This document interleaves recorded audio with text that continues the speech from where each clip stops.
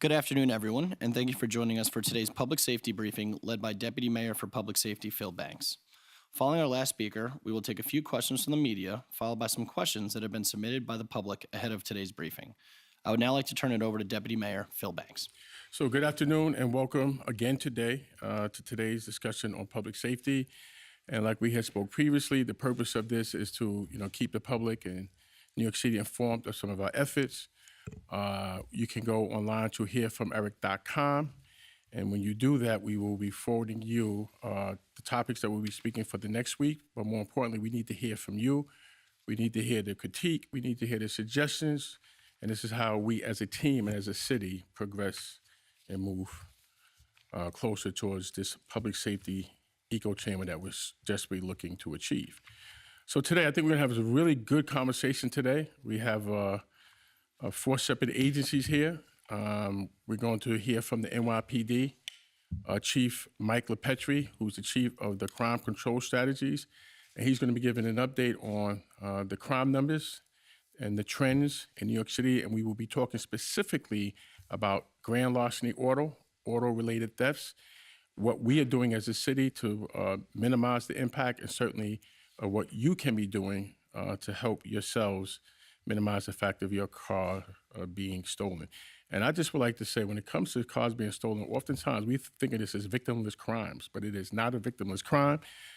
These vehicles play a very important part in the lives of New Yorkers. Is where they go to use to take their kids to school, to get their groceries, et cetera, et cetera. But you're gonna hear a lot of conversations today about what we're dealing with auto manufacturers and some other of our partners to help us with this nasty trend. We're also joined today by Department of Correction Commissioner Lou Molina. And Lou Molina is just gonna give us an update on what's being done to protect the safety of everybody at Rikers Island, the staff, people who work there, the correction officers, certainly the inmates, et cetera, and what he's doing to limit, minimize, and hopefully eradicate contraband that is being brought on the island today. We're also joined by our New York City Emergency Management Commissioner, Zach Iskul, and he is going to be discussing some of the impact that we're having with this extreme weather, whether it's rain, whether it's snow. We're in hurricane. I believe this is National Preparedness Week, right, for hurricanes. Yes, and he is going to be explaining what the city is doing to try to minimize the impact of that. And also, once again, we want to be able to let you know what you can do to help yourself in this particular area. And last but not least, we are here joined by Fire Commissioner Laura Kavanaugh. And Laura Kavanaugh, I think, is going to have some exciting news. I think she had some guests today from different countries and different states come into the FDNY's training academy, if I'm correct. And they were working with the unsung heroes of FDNY EMS, right? And we're going to hear about this training, and I believe she's going to brief us on the use of technology, specifically drones, and her strategy to implement that worldwide. So, robust conversation. There's a lot of good things that's going to be happening now. And to kick it off, I think we're going to kick it off with the Correction Commissioner, Molina. So, Lou, give us an update on what's going on and what are we doing to keep the contraband off of the island? Sure. Good afternoon. Thank you, Deputy Mayor Banks. Drugs are a nationwide problem impacting every community across the country. And I've shared this before. Over 100,000 people died from drug overdoses in America in 2021, and two-thirds of those overdose deaths were connected to fentanyl. And likely when the CDC comes out with numbers in 2022, we are unfortunately probably going to see another over 100,000 persons in America die from drug overdoses, and the majority of that likely connected to fentanyl. Our facilities will, of course, face the same challenges, especially because many of the people in custody are battling substance addiction before they come into Department of Corrections custody. In 2022, 6 persons in custody has been confirmed or suspected have passed away from drug overdoses to date. To date, this year, that number is 0. We've had no deaths related to drug overdoses in our jail system this year.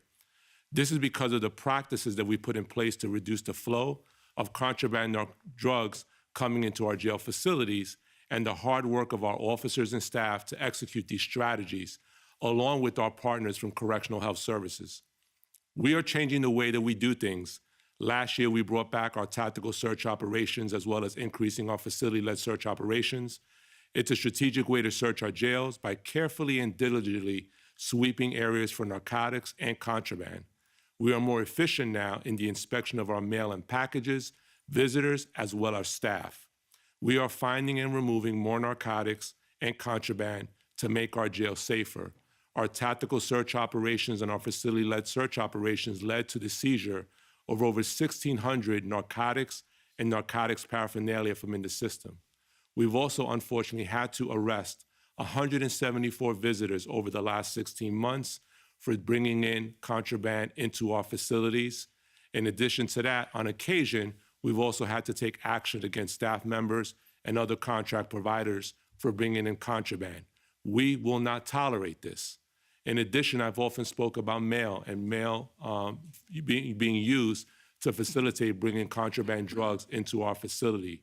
We have successfully interdicted, it's been a 90% increase fiscal year to date over the last 10 months. When you compare the first 10 months of last fiscal year, had a 90% increase in the interdiction of drug contraband coming in through the mail. All of these efforts are to minimize not only against overdoses happening in the facilities, but also as well as violence. When you look at our size and population as a correction department and you compare it to other similar sized departments across the country, you see what we're doing well and improving each month. This is the sustained success and reform that the Adams administration is committed to. And I often talk about this. We are an action-oriented reform administration when it comes to reforming and enhancing and evolving the criminal justice system in this city. While we talk about these successes and efforts, there was a very troubling incident earlier this week. A legal professional attempted to bring narcotics into our facility. This is the second instance that a person providing legal defense services attempted to use their client privilege to smuggle in narcotics into our facility or to a person in custody. This is despicable behavior, and it puts in danger the health and safety of our officers and persons in custody. I will not tolerate anyone, be it staff, contract providers, visitors, volunteers, or those providing legal defense services with bringing in contraband narcotics into our facilities. You will be arrested and you will be prosecuted. Simple as that. But thankfully, during that incident, one of our most diligent and furriest of employees, K9 Colt, was there. Colt is here with us now, and Colt is a member of our K9 unit. And they are an integral part of how we search our facilities and ensure that we are preventing drugs and contraband from entering our facilities. We've expanded our K9 operations throughout our city's jail system. In addition to that, what was really game-changing for us is that we collaborated with our federal partners so that our K9 dogs can be imprinted with the common compound found in fentanyl, so that even if fentanyl is tainted on paper or other clothing objects, our canines can detect those and prevent that deadly drug from entering our facilities and putting someone in harm's way. So it is a game changer for us. So thank you, K9 Cole, for all that you do and your colleagues do to keep us safe. So the dog's name is Colt, correct? And how long have you been working with Colt? 5 years. About 5 years. How long do you have in the department? Almost 10. Almost 10 years. Okay, excellent, great. Thank you. Hey, so Commissioner, I just want to ask you a couple of questions.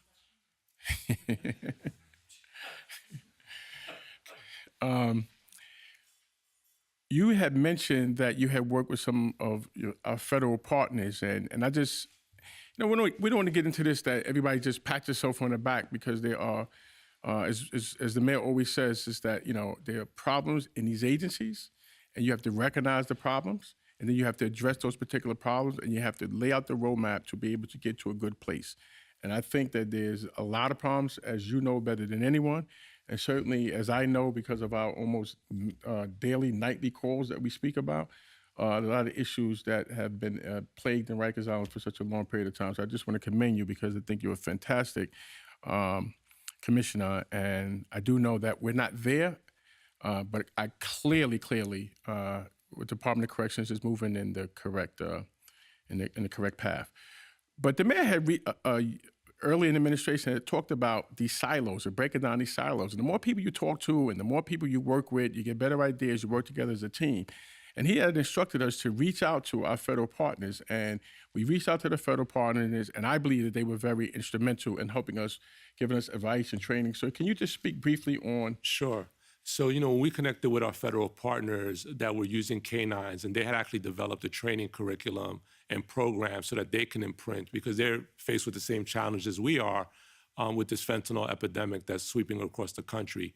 So they were first of all impressed with the level of our canine handlers' abilities in managing their canines and being able to use them for search operations. So that was really good to have somebody outside sort of show that our officers are performing at a high level.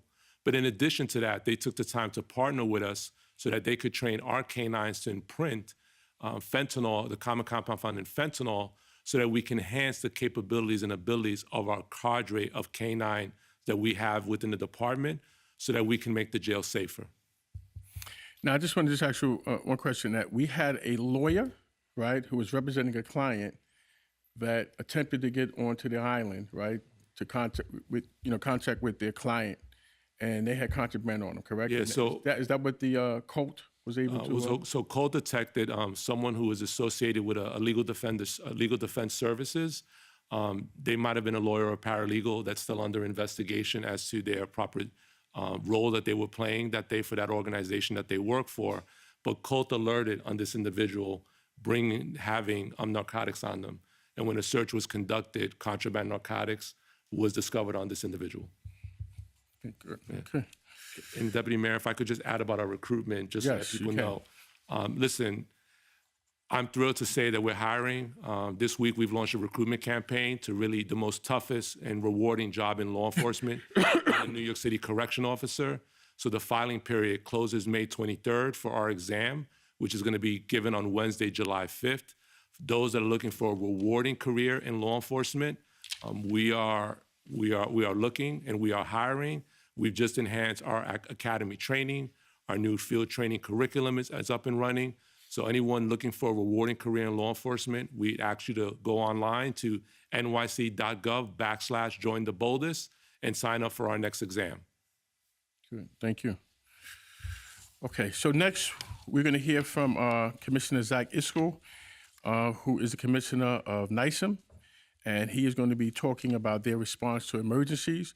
And I know as we discussed recently, last year we had some severe flooding that had an impact. There was loss of lives. Recently we had some significant flooding, but there's just a host of extreme weather conditions that take place that the commissioner takes the lead on. So tell us, what should the citizens know? What things could they be doing? Just give us our update. Yes, sir. So as many of you know, this weekend we had some flooding across the city. This was nothing like some of the flooding we've had in the past, like during Hurricane Ida. This weekend we had about 4.5 to 6 inches of rain across the city. To put that in perspective, during Ida we had over 10 inches of rain within 3 hours. That amount of rainfall overwhelmed our infrastructure that caused a lot of the flooding that went through, sewer backups into people's apartments, which caused the loss of life during Hurricane Ida. So this was a different sort of type of weather we had over the weekend. It was definitely not that significant, but we now live in a time when we have an increasingly warmer climate. A warmer climate means that we have more moisture that's held in the air, which means that we do have greater amounts of precipitation and rainfall and these types of events that are setting record numbers of rainfall amounts per hour in the city. Our infrastructure is prepared to handle about 1.7, 1.8 inches of rain an hour. So when you get up to 3 inches an hour, it overwhelms the infrastructure. This weekend and just during most extreme weather events, the city really comes together as one team to prepare for these types of incidents. So starting days in advance, we're monitoring the forecasts. We do that in close collaboration with our partners at the National Weather Service. We also work with we have an in-house meteorologist, a wonderful young man named Josh Rapp, Air Force reservist. And then we also use a third-party vendor that provides weather forecasting services. Some of our partner agencies, especially like when we're talking about winter weather with Department of Sanitation, they also have forecasting services that we use to really make sure we're getting a robust picture of what that weather event will look like. And as that becomes clearer, we then start coming together in daily meetings, sometimes more often than that, with all of our agency partners. And so for rainfall events, flooding events, something like what we had this weekend, you have organizations like Department of Environmental Protection and DOT and DSNY clearing catch basins to make sure water is flowing off of streets properly. We can pre-stage based on the type of weather we're getting, emergency response, police, fire across the city to make sure we can rapidly respond to events across the city. We work with our state partners, the MTA, Bridges and Tunnels, to make sure that those are clear. Department of Buildings is working across construction sites, making sure cranes are tied down. Parks, we have the Downtree Task Force to clear park debris along with emergency service units, for example, from some of the rescue units, the fire department, from NYPD's ESU units. So there's a host of sort of agencies that collaborate, the tow truck task force, to make sure that we are all prepared, working together. We have the resources we need. Our infrastructure partners like Con Ed, PSE&G, during Winter Storm Elliott, Con Ed flew in teams from across the country to make sure that we could deal with down power lines in the run-up to frozen temperatures down lines. So the point is, the city does a ton to prepare for these events, even ones that are not as significant as Ida, like the rainfall we had this past weekend. But I think one of the points I want to hit on is the big question then is what are New Yorkers doing to make sure that they are prepared? And this is really, really important. When we talk about extreme weather, heat, right now the city is preparing for heat season this summer. Heat's one of the biggest killers in the city. We lose about 370 to 400 New Yorkers a summer to extreme heat. Some of our most vulnerable New Yorkers die because of heat. And when we start talking about extreme weather like extreme rainfall, coastal flooding, hurricanes, it's really important to understand when that incident is occurring, if there's a flash flood, if there's a hurricane, it is going to be very hard for first responders to get to you. Our police, our firefighters, our EMS, they are heroic. They will work tirelessly to make rescues. They will put their lives in danger. But during an event, it is incredibly difficult for them to get to you. And that is why it's so important that every New Yorker is prepared, they have the information they need, and we have a number of resources that we provide to help them do that. So 3 basic steps for New Yorkers to be prepared as the city is in the run-up to these events. Number 1 is make sure you have a plan. Number 2 is gather supplies. And number 3 is stay informed, and I'll talk about each one of those. So making an emergency plan, you can download a copy of the Ready New York My Emergency Plan by going to nyc.gov/Ready New York, or you can scan the QR code that's on the screen. You can also request a physical copy, which can be reviewed. This plan is available in 13 languages, and there should also be a link available for you to see through that QR code. Number 2, gathering supplies. We encourage every New Yorker to make a go bag. Every New Yorker is going to need a different go bag based on your needs. My wife and I, we have 4 kids and 3 rescue dogs. That's a different go bag than somebody that might have an elderly parent that they need to take care of. So we have also in that Ready New York, there are some materials and questions that will walk you through how to build your own go bag to make sure that you have what you need. Copies of important documents, make sure they're in a Ziploc bag to protect them from water damage, flashlight, money, first aid kit, hygiene materials, radio, batteries, and everybody, including your pets, should have their own go bag. Finally, 2 more things. Know your zone. So New York, after Hurricane Sandy, we divided the city into 6 hurricane evacuation zones. Hurricanes are different than rainfall events like Ida. This is mostly the concern is water coming in from the ocean. We have 6 evacuation zones. It's really important that every New Yorker knows what evacuation zone you live in. When a hurricane is coming, a lot of people try and game the system. It's a Category 1, Category 4 storm. A Category 1 storm going in a northwest direction is as damaging to the city as a Category 4 going in a northeast direction. So don't just pay attention to the category. Pay attention to your local leaders, to your emergency managers who are telling you that if we need to evacuate zone 1 and 2, heed that warning and evacuate. We will also set up coastal storm shelters. We will help evacuate people if needed. But you can learn your zone by going to nyc.gov/know-your-zone or by calling 311. And finally, and I would say most importantly, please sign up for Notify NYC. This is our public messaging system. We have over 1 million subscribers. It's available in 14 languages, including American Sign Language. You will learn about emergency alerts, significant events, public health events, planned events, major traffic disruptions, public beach notifications, mass transit disruptions, weather updates, ferry, regional mass transit disruptions. This is the primary means by which we communicate with the public. And we urge every New Yorker to sign up. You can sign up by going to nyc.gov/Notify NYC or by calling 311. So please sign up for Notify NYC so you have the information you need to keep yourselves, your loved ones safe.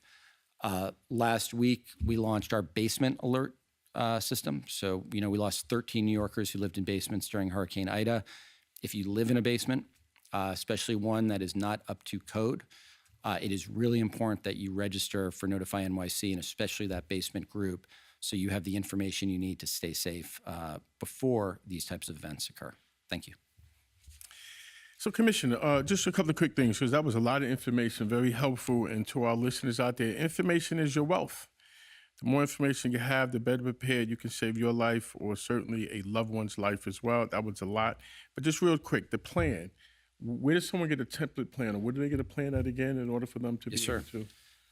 So you can go to nyc.gov Okay. /Ready New York, Ready NY to be clear, or you can scan the QR code. I don't know if we can bring that back up on the screen. And that will allow you to download the plan, go right to that website. We will help you build a plan, build your go bag, and then there will also have information there about, the things like signing up for Notify NYC, knowing your zone, et cetera. So if you could just real quickly, because I don't want to take up time, just once again, kind of clarify Category 1, Category 4, the differences that we don't need to just get married into that. So I think one of the things that a lot of New Yorkers, what happens when you live in a area that's impacted by coastal storms and you hear that a Category 1 storm is coming, right? You might not be as concerned as if you hear it's a Category 4 storm. I think a lot of us forget that Hurricane Sandy was actually Superstorm Sandy. It was not even a hurricane. And we had just been hit by a hurricane a year before Irene that was nowhere near as devastating to the city. The direction of the storm and where it is pushing that water really makes a difference, because that water getting pushed northwest into Jamaica Bay, into New York Harbor, is very different than if that water is getting pushed to the east, away from the harbor and away from Jamaica Bay. So we will have that information that will be part of our forecasts. Don't game the system. Listen to us when we say there is an evacuation zone that needs to be evacuated. It's based on more sophisticated math than simply the category of the storm. Thank you. Yes, sir. Thank you. Excellent. Okay, great. So now we're going to hear from 3-star Chief of the NYPD, Mike LaPetri. For a lot of people out there who've heard the term of CompStat and NYPD, Mike is the architect of that. So every Thursdays, or sometimes I guess you do it on Fridays, but mainly Thursdays, he's the face that the precinct commanders probably dread the most. But he has his hands on the crime, the trends, and responsible for coming up with the big part of the solution. So Chief Advisor to the Police Commissioner. So, Mike, we've been battling. I know that statistically we're down in violent crimes. Statistically, we might be up just a blip year to date in major felony crimes, but our grand larceny or autos, right, still persistent to be a problem? Yes, sir. Yes, Deputy Mayor. So, grand larceny is basically driving the increase in New York City crime this year, along with a small increase in felony assaults. So I'll get right into what we're seeing with the grand larceny of the auto. So for April, we were up almost 37% in April in grand larcenies. And if you look, what's driving those grand larcenies are specifically two types of vehicles, the Hyundai and the Kia. Almost 1 out of 4 cars stolen in April were either a Hyundai and a Kia. And that is being driven by the social media, TikTok video that really surfaced towards the end of last year. We've seen a surge in these types of vehicles being stolen since September of 2022. And who's stealing those vehicles? Well, 88% of people arrested in those vehicles are under the age of 25, and 55% are under the age of 18. So what else are we also seeing? So 1 out of 4 in April were Hyundai or Kias, Correct. and 55% of the people you were arrested were under the age of 18. Since September of 2022, when we saw the sharp increase, it's been 55% under the age of 18 being arrested in those vehicles, and like I said, 88% under the age of 25. But what's also disturbing, especially in the Bronx, is we are seeing these vehicles also being used then to commit some violent crimes, shootings and robberies. So, what we've done and what we will continue to do, obviously, is, prevention is number one, and make arrests when we do encounter these stolen vehicles. I'd also like to just speak about something that we're going to be doing on Saturday.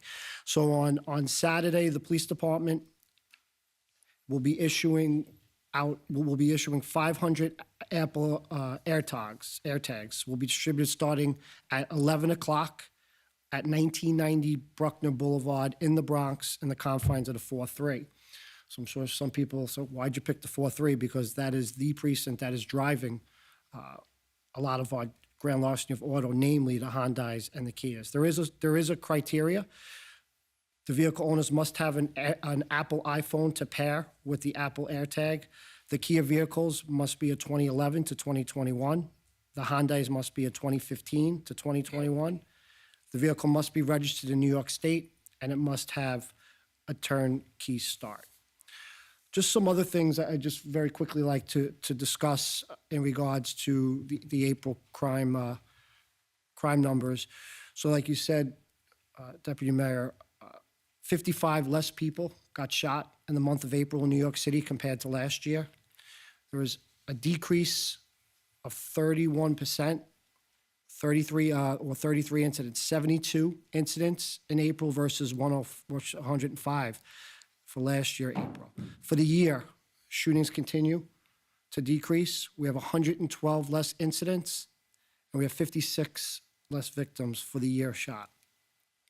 We have decreases in 4 out of our 5 geographic boroughs, with small increases in one of the patrol boroughs in Queens. Robberies and burglaries were also down in April and also continue to decline for the year.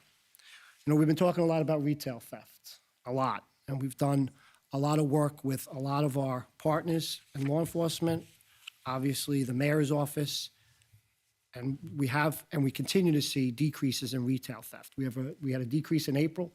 We've had a decrease for the year, but obviously still at unacceptable levels. Enforcement continues to be at historic levels. Strongest April for 7 major index crime arrests since 1998. It's 25 years. Gun arrests continue to be at historic highs. The last 3 years, we're at historic highs where you got to go back 25, 26 years to have higher levels. So the men and women of the NYPD are out there, they're working, and they're going to continue to drive down crime in New York City. Thank you. Thanks, man. It's just, I used to work with Mike when I was a commanding of the 7-9 precinct, and Mike was my special operations lieutenant, which was the lieutenant that coordinated all of the special units in the precinct, and he was absolutely fantastic then. I actually think you're fantastic now, Mike. I just remember a conversation that we were having at a community meeting, and Mike had said, at that time he was a lieutenant, he says, it's interesting to say we're down 20% in shootings, but to the person who was a victim of a shooting or a family member, those are hollow words. So I do know that we do like as a city to be down in violent crimes, but the ones that are still taking place, there are victims behind that, and I think sometimes they get lost in that particular conversation.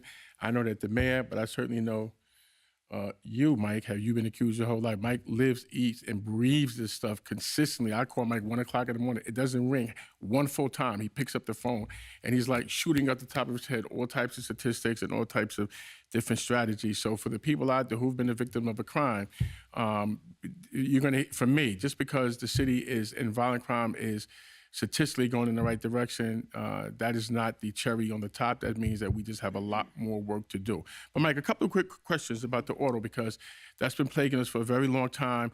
I know the mayor had a press conference recently about these air tags. Certainly, I think Sheila from my team pointed out a meeting that I think Samsung had with Google or Apple had with about these air tags, right? These are like cheap, low efficient ways to be able to help.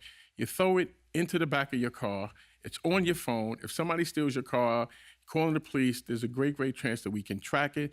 The mayor's looking for ways in which, so that we had a donation from a non-for-profit group. Recently, we're looking to solicit as an administration other of our private partnerships to be able to assist with that for the car owners who may not be able to afford it. We are contacting auto manufacturers and stressing upon them the need at every point of sale that they stress upon their customers that this is a low and effective way in which we can possibly thwart this particular crime. And once again, I want to say this is not a victimless crime, right? First of all, the chief just spoke about this robbery, so people are stealing cars. Oftentimes they have weapons, and there may be a small element of joyriding, but you come out, your car is gone, right? You have to take your kid to school, you have to go to work, or you want to joyride yourself, and you can't do that. You should not be robbed in New York City of that particular experience there. So I just want to, I know that you've been on top of this, Mike. I just want to appreciate it, but as an administration, we're going to be looking to put a lot more attention onto that. And how do you do it back at home? If you can afford some type of ear tag, or I don't want to promote any one product over the other, any type of tracking device that you can, it would be beneficial for you to be able to do that. It helps us track the vehicle and get the vehicle back to you as quickly as it possibly can. So thanks a lot. It's a lot of good information here. Mr. Mayor, if I could just, Mr. Deputy Mayor, if I could just add one thing. Still, a quarter of New York City steals, we do tie to either the car left running or possibly a key fob being left in the car. So a quarter of New York City steals. Now, that is down slightly from last year. But again, still, that's something that people. So we're leaving the fobs in our car ourselves. Or the car left, somebody runs into the store or a gas station, leave the car running, and then somebody would steal the running car, or the key fob is left in the car. And that's something, to New Yorkers, we can make an indent. I think you're saying it's down a little bit? Grand Larceny Auto? No, about us people leaving the fobs in the car It themselves. is. It is down from last year. We were about 30% of our steals, and this year it has come down a little bit to about 22, 23%. Yeah, so that's just like we're just being a little bit, I don't want to use the word careless, but we're not thinking. We have the keys in our car, we're running out to get something. We could make a little more concentrated effort. We don't need to make our cars being stolen any easier for the bag out of bag girl to do it. So let's just pay a lot more attention to that fob and make sure we don't leave it. But you had mentioned something to me when we spoke last about these the Hondas. How are they getting the Hondas? Because I think it's a little different on how they're getting the Kias and the Hyundais, right? Yes, sir. So we had recently made an arrest in Manhattan. And during that arrest and the inventory of the stolen vehicle, we had discovered that there was a computer system that was inside the vehicle that was basically reprogramming key fobs, and then ultimately that key fob would start a specific Honda. So they can come up like next to your car, behind your car with a computer and actually create your fob? That is correct. And again, we just recently have did make an arrest and did recover that evidence. It's remarkable if we take some of the genius of some of these criminals and put it to good use, where we would be as a society. So they're outside your house or wherever you are, behind your car, next to your car with a computer. They can create the fob. They take the fob and they go steal your car. That is correct. And how are they stealing the Hyundais and the Kias? So the Hondas and the Kias, it's a software issue where they're basically, like the old school way of doing it is they break the steering column and then they insert an object into what now is the internal ignition, and it starts. And have we looked at how quick does it take for them to do that? It takes you 2 hours to steal that car? Or? Minutes. minutes. So they can get into your car within minutes with that Hyundai Kia. Have we reached out to Hyundai or Kia? Yes. So we have spoken to Hyundai and Kia. So they are offering a software upgrade for those models, and they also are offering, I believe, but definitely a software upgrade or possibly a locking device for the column. Okay, thanks, Chief. Okay, so now our final presenter today is the FDNY Commissioner, Laura Cavanaugh. Laura, how are you today? Good, how are you? Good to hear we had a lot of visitors today, right? We did have a lot of visitors, yeah. 10 countries and 26 states. We had emergency medical professionals from all over partnering with us. Okay, and what were we, so tell us what the, So I just came from the FDNY Search and Rescue Field Medicine Symposium. What does that mean? Our EMTs and paramedics practice really advanced, medical procedures in really uncertain, really dangerous conditions. And the way that we make sure that they always have the training they need, the support they need, is to have things like the symposium, where because we're the largest fire department in the country, the most advanced, certainly the leader, we want to show everyone how we are using cutting edge technology, cutting edge training to really make a difference for first responder safety and public safety. And so that's what we were doing today. We were going through all these trainings and evolutions. And I really can't emphasize enough, if you think about the sorts of medical interventions that our EMS members are doing, it's the type of thing most people are doing in a hospital, and they are doing it in uncertain and dangerous conditions, often in someone's home. And so it's really, critical to realize how much complexity that puts into their work. And so they were doing that today. And one of the modules I just came from was the use of drone technology in search and rescue, in actually triaging patients in the middle of an emergency. And that was really incredible to watch.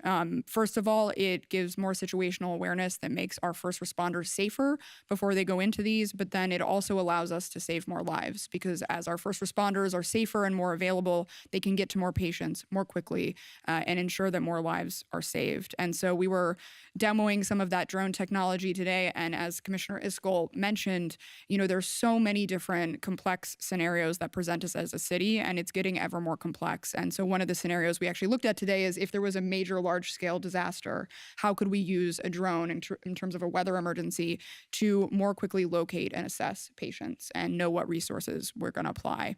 And, I'd really like to emphasize that, technology for us is not technology for the sake of technology. It's technology for the sake of safety. And we are really seeing, and we saw in the Ann Street collapse a couple of weeks ago, directly how that could work. Within a few minutes, we get a 911 call, and all we know is there's been a collapse. We don't yet know who's inside. We don't yet know the stability of the building. We don't yet know how it's going to unfold and how dangerous it is. And so we were able to use our robotics unit, first to assess the stability of the building and see how we could get in, how we could make sure our first responders got in safely. And then we were able to use the drones to quickly search and see whether there are patients in locations that typically we may not have even known about before we had this technology. So we've seen the real life application of this. And what we demoed today is talking about all the future iterations, and then make sure, we're partnering, de-siloing, as we talk about all the time here in City Hall, and making sure that we're sharing this technology with the world. That's, I always remember, it was a commercial years ago, had dealt with fire, and the fire, came to the scene, and the person said, Dolly's inside, and the fire officers went in. It turned out Dolly was like a doll, right, that was just beloved by the individuals, right? And then they put the officers in danger, right? And I was remember it was very clear, it was a tip, and I remember from years ago about the proper communication. So if I'm hearing you correctly, these drones we could utilize to go into what would otherwise be a very unsafe condition, assess what's going on, actually taking the evaluation of the patient, and then being able to know, even when you're going in, what resources was necessary. Is that something along the lines? Exactly. Yeah. The more information we can give our first responders in these rapidly evolving situations, the safer they're going to be. And also, to your point, they can know maybe what they need. So if they know that a patient is trapped in there and needs an IV, they can bring that in with them. And that's going to get to the patient faster and give them a better chance of saving that life. So this really is incredible technology that really allows them to get more information than we could ever get before, and really assures that, it's a dangerous job, and that can't change, but lets our members know exactly what they're walking into and how to keep themselves safe and thus get to more patients more quickly. Now, you have presented to me in the last year and so with drones, right? We went outside of the FDNY headquarters in Brooklyn, and you did a presentation, right? Me and the mayor, and then I've been up to the FDNY Academy numerous times. But recently at Antry, right, we had the situation where we had to utilize the drones, correct? Can you just speak briefly on it? Yeah, exactly. We utilized both the robotic dog that we've talked about, and you and I have demonstrated, as well as a number of different drones. And so we were able to send the dog in to see, what the stability of the building was, and then we were able to put the drone over the site so we could see whether or not not only were there patients in locations we couldn't see, but also, what was the condition of the building? What was the condition of the collapse? How could we help DOB even assess whether or not we could send anybody in? And so both of those technologies came together to really highlight how we can use technology to save lives. Interesting. Yeah. Okay, Derek, take it from here. Thank you, Deputy Mayor. We will now take a few on-topic questions from the media related to today's presentations. Fabian? How you doing? I wanted to ask about the investigation into Jordan Dealey. Right now, where does that stand, and how likely is it that it goes before a grand jury next week? Mark, we're going to do on-topic questions before you do the NYPD on that. Is there any on-topic questions about what was discussed today? I have a Jordan Dealey Nope. question. In all fairness, Go ahead. It's related, it's Go ahead, Katie. It's not related. Go ahead, Katie. It's more You don't, I mean, I have an on-topic question too, but just for the sake of an on-topic question, I know in talking about these Kia and Hyundai issues, I know that there was earlier in April, the city said they intended on suing Hyundai and Kia. I don't know if you have an update on where that is. I guess it's causing a lot of strain on the police department that they haven't updated the technology in their cars. So does anyone have an update on it? the lawsuit has not, it's still being debated. Kia and Hyundai have made some inroads to improve the outreach to the owners. So they are following some of our particular recommendations. So it's not off the table, but it has not commenced. This is for the NYPD, talking about the retail crimes. You said it's down, but still unacceptable. There's a video out of San Francisco everyone's seen where the store is completely, everything's locked up. Is that something New Yorkers potentially might look forward to here, or do you think we're moving away from being able to go to a local drugstore and not have to constantly ask someone to unlock something? We have worked so hard, with the business owners and the small mom and pop shops to really give as many resources that we can to suppress retail theft. We've moved offices in business districts, hundreds, really. And one of the reasons why we moved the offices to those businesses districts is to suppress retail theft. And, we are seeing it decrease, though, again, it is at unacceptable levels. And we are working very, very closely with the district attorneys across the city about the recidivists that really are plaguing most of the businesses. I continue to say it, but there is, just a few hundred people that have been arrested over 5,000 times for retail theft. Those are the individuals that we are talking to the district attorney's office about, keeping that felony when it rises to that level at arraignment, and possibly looking for incarceration. Again, not individuals who maybe have one arrest or going in there and shoplifting at a low level. The individuals that are preying on businesses across New York City. And I just want to, just because I think it's a really important question, is I don't believe we're heading that way, but I'm not going to look at you in your face and tell you we're not heading that way. For the first part, these are private businesses. They have decisions to make. I think they're very frustrated. I think that they sense that the city, and it's not just germane to New York, have not done enough to heed what they've been saying for a very long time. I don't believe we're heading that way, but if we do, if it comes to that, that's just an indictment on the entire city, because we can do better than that. We just have to be able to determine what kind of city we want to become. If you're comfortable going to a store where everything is chained up, one is not. Happens in my neighborhood. It's just the ones that are the Walgreens, the CVS that are not closing down. So I don't believe that we are, and I earnestly do not feel that we are. But I would not sit here and tell you that's a private business decision. We are working with them. We have a lot of communication with them. They are seeing some good things. And I'm not saying they're saying good things from the Adams administration. They are seeing good signs from various different. Are we moving quick enough for them as a city? I'm not sure, but I am cautiously optimistic, if I can, to be able to say that we won't get to that particular point, because that would be a failure if we do. Thank you. Earlier this week, the administration reached out to New Yorkers, asking them to submit questions for the officials that have joined us here today. We will now get to as many of those as we can with the amount of time that we have left. Our first question comes from Cullaby in Queens for Commissioner Molina. Is there a way for DOC to partner up with Children's Services to conduct random searches inside of detention centers occupied by young people? No, thank you for the question. And I think, we have had a lot of success in a number of strategies, particularly when you think about the Robert and Davern Center, also known as RNDC. We have seen fiscal year-to-date reductions in violence there by 60%. Calendar year-to-date, that reduction is over 70%. So we would be happy to share our strategies, partner in training with Children's Services.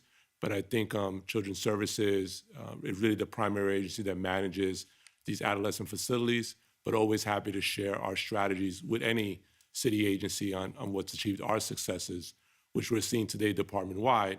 Fiscal year-to-date, slashing and stabbings are down 21%, and calendar year-to-date, they're down almost 40%. Thank you. Michael for Queens has a question for Chief LePetri. He asks, does the NYPD, including police officers and school safety officers, stop vehicles that they pass when they can clearly see and smell marijuana? I ask especially in and adjacent to school premises. Yes, so we do. That smell emanating from a specific vehicle is probable cause for us to act upon that. As always, for low-level offenses, discretion is built into that. But we absolutely enforce marijuana in motor vehicles, whether it be the VTL charge or it could also be, a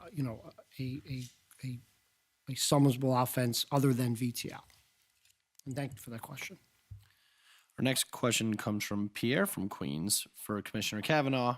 He asks, with an increase in house fires recently, I would like to see a partnership with the FDNY and schools to bring more resources, such as information and safety equipment, to family and children about fire safety. Is there a fire safety month in schools? So that's a great question. And actually, Chancellor Banks and I were just speaking last week about expanding our services to schools. We are in schools, but we're looking at a number of different ways, especially to get to parents. So we'll be talking more about that soon. I'd also just remind everybody who's watching that we do have a fire safety website, FDNY Smart, and that everyone should go visit that, especially parents with kids who want to talk about safety plans, making a plan, and what to do in the case of fires. And we'll definitely be looking forward to coming back to one of these soon to talk about our expanded outreach with schools. Our final question comes from Sam from Manhattan for Commissioner Kavanaugh. The New York City Fire Department works hard to fight fires and lithium-ion batteries prevention efforts. What are the department's next steps for this? So this is a multi-prong approach working off of the mayor's blueprint around the batteries. We were looking at both regulation with city, state, and federal legislators. We're also looking at significant public outreach to make sure, especially folks that have batteries in their homes now that are likely not regulated, do they know how to safely use them, or are they aware that they could be a danger in their home? And then we're working with partners across city government, the other deputy mayors, and the private sector, especially the delivery companies, to make sure specifically we're finding ways to make sure that the delivery workers can access safe bikes and safe batteries. Thank you. On behalf of the Adams administration, I would like to thank everyone for tuning in to today's briefing. We look forward to seeing you all at our next one. Have a great day.